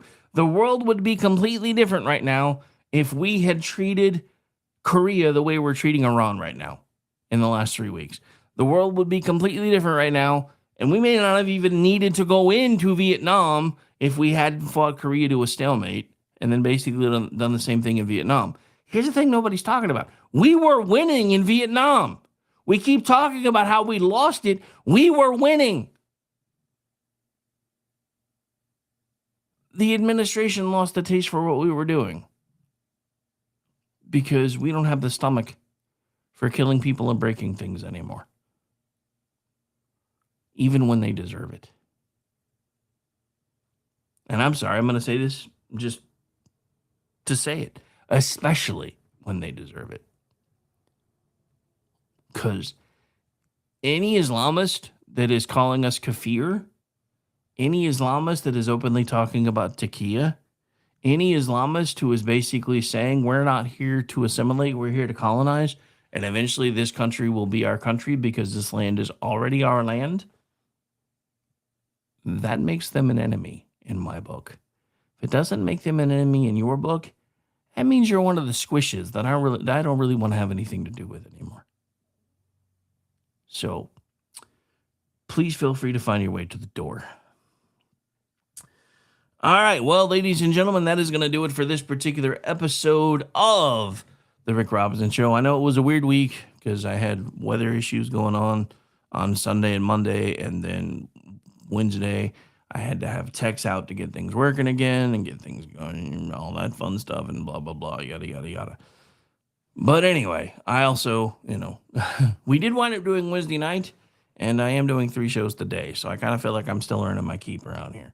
Speaking of, there'll be about an hour break, and then I'll be back with the Weekend News Roundup crew right here, available on X Live, Rumble Live, Facebook Live, and YouTube Live, and also available on Pickaxe under Rumble because they don't have any streaming yet.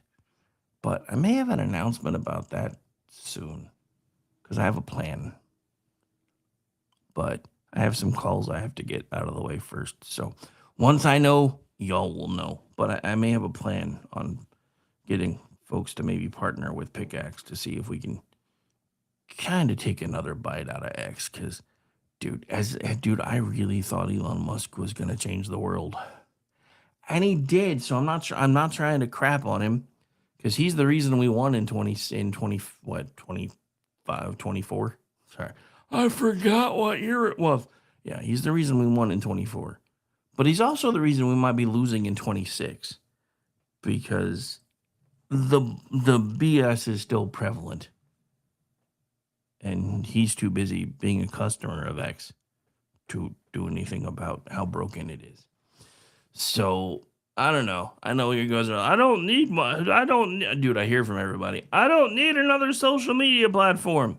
Which means it's probably about time to talk about one of our other friends, which is Signal Chat. Freedom Chat, not Signal.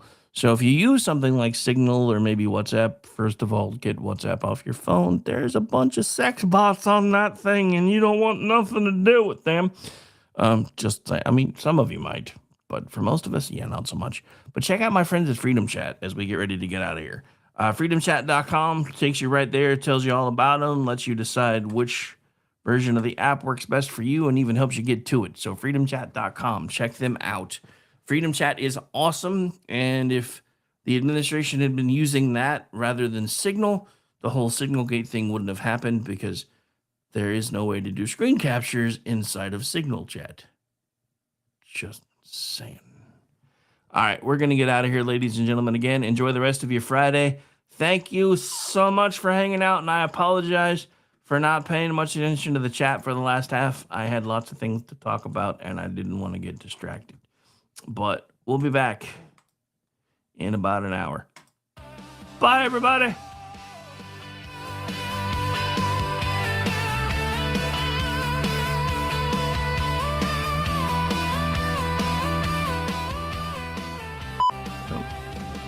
Say goodnight, Gracie.